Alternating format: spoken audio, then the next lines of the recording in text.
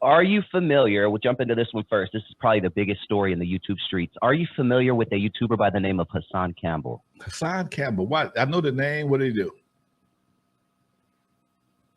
Okay, so let me take everybody back who doesn't know. Hassan Campbell is the one. He's a big YouTuber. He calls himself, but I guess he first came to the spotlight when he accused Africa Bambaataa of doing things to him when he was younger, Okay. and he was really pushing. Yeah, so that's the guy. He was pushing hard against Africa Bambaataa. You know, he was, unfortunately, he says he was touched in a lot of bad things that shouldn't happen to kids. But that being said, this past week he went to the Bronx River Projects, which is where Africa Bambaataa is from, which is where he himself is from, which is where he grew up, and where a lot of the unfortunate things allegedly happened between him and Africa Bambaataa when he was a youngster. So that being said, he goes to Bronx River with the mission, and his mission is y'all care about what Puff Daddy did to Cassie, but y'all don't care about what Africa Bambaataa did to me. So he goes and stands in the middle of the whole project, Lonzo, and just starts yelling like a crazy man, effing everybody, telling everybody come down, I'll F you up, I'll F you up. So someone starts throwing a bottle at him, then another bottle, then another bottle. He starts saying things like very disrespectful stuff. Long story short, somebody shoots him.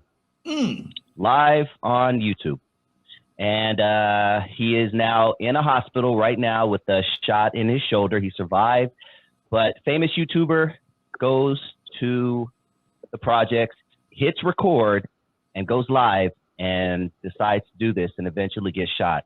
When you hear that, what are your thoughts on this guy? That's the power of social media. Make you do the dumbest shit in the goddamn world. That's the power of social media. He knew when he went over there doing what he was doing, it was going to get a reaction out of somebody, man. He knew that. He didn't go over there expecting them to come out and pat him on the back or cry with him or cry with him or nothing like that. He knew somebody's going to have a negative reaction, and he wanted to either get some stripes or get some attention, go viral, and he did with a bullet in his ass. I can understand. I'm sorry. I don't mean to sound callous, but hard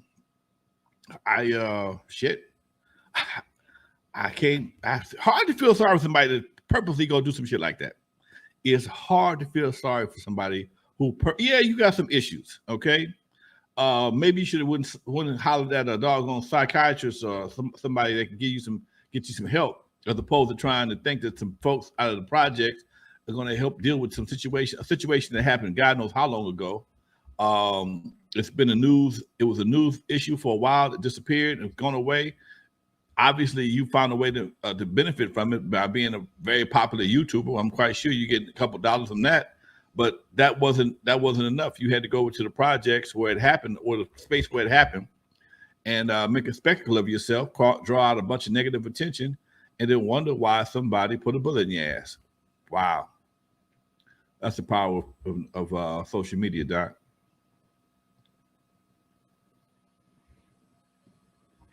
Yeah, it's more addictive than drugs, I think, Lonzo. I think people literally cannot stop themselves from doing certain things online.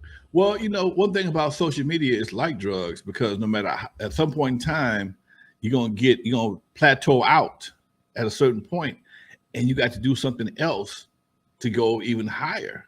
And same thing with the sexual situation with these artists. One thing is talk about doing things. Now you got to describe everything you do, and you got to keep on going, because somebody is going to raise the bar, and you got to raise the bar a little bit higher to be able to surpass what they did, and it keeps on making it. It keeps on going. It's never ending battle. Somebody probably was videotaping the person that shot him. Yeah, man. That's the part. Somebody was videotaping. Somebody was probably recording the guy that shot him. And he probably glad he didn't die, but he's, he can't post it right away. But with some editing, he might even post that shit. I don't know, man. It is what it is, Doc.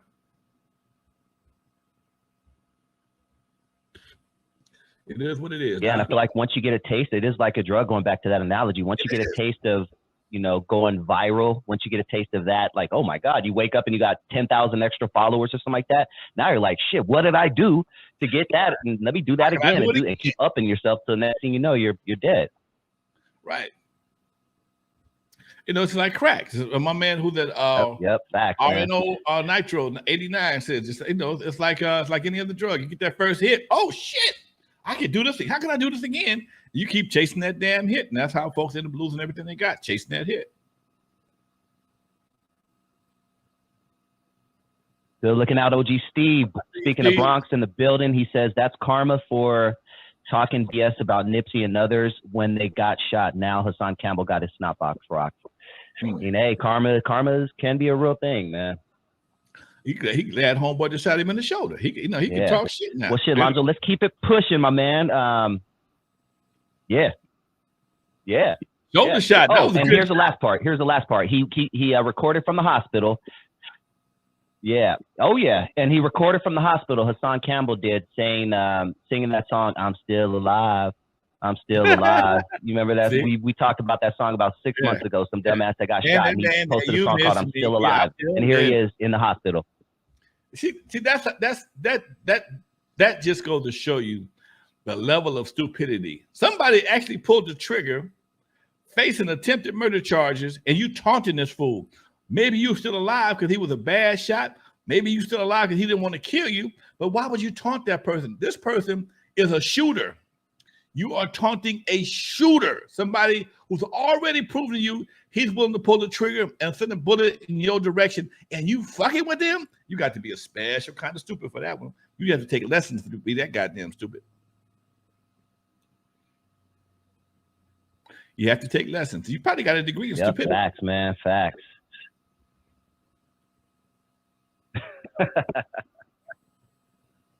He's proven himself an ass many times online, and this is probably the biggest thing he's done to show that he's an ass. Unfortunately, hey, you know that's how the game goes, man. You know, you're gonna be. When I first started my channel, I asked the guy who helped me with my channel, my instructor for YouTube and social media. I said, man, is it possible to have a successful YouTube channel and maintain your dignity? He said, not really. It's kind of hard. So there's a perfect example. You know, my channel is, we got 15,000 now. A lot of these fools got millions, hundreds of thousands. I'm quite sure he got a lot more than I do, but I'm not willing to sacrifice my my integrity for some YouTube videos. If you ain't got to me by now, if you a real one, if you watch this show, you a real one. If you're not with the bullshit, I ain't the show for you. Simple as that. And I appreciate all my listeners, all my viewers out there. Yes, Eazy Peters is here. Now, if you're going to roll with some shit, roll with some positive shit, man. Don't be, roll with some positive shit. Roll with some shit that's benefiting people other than yourself.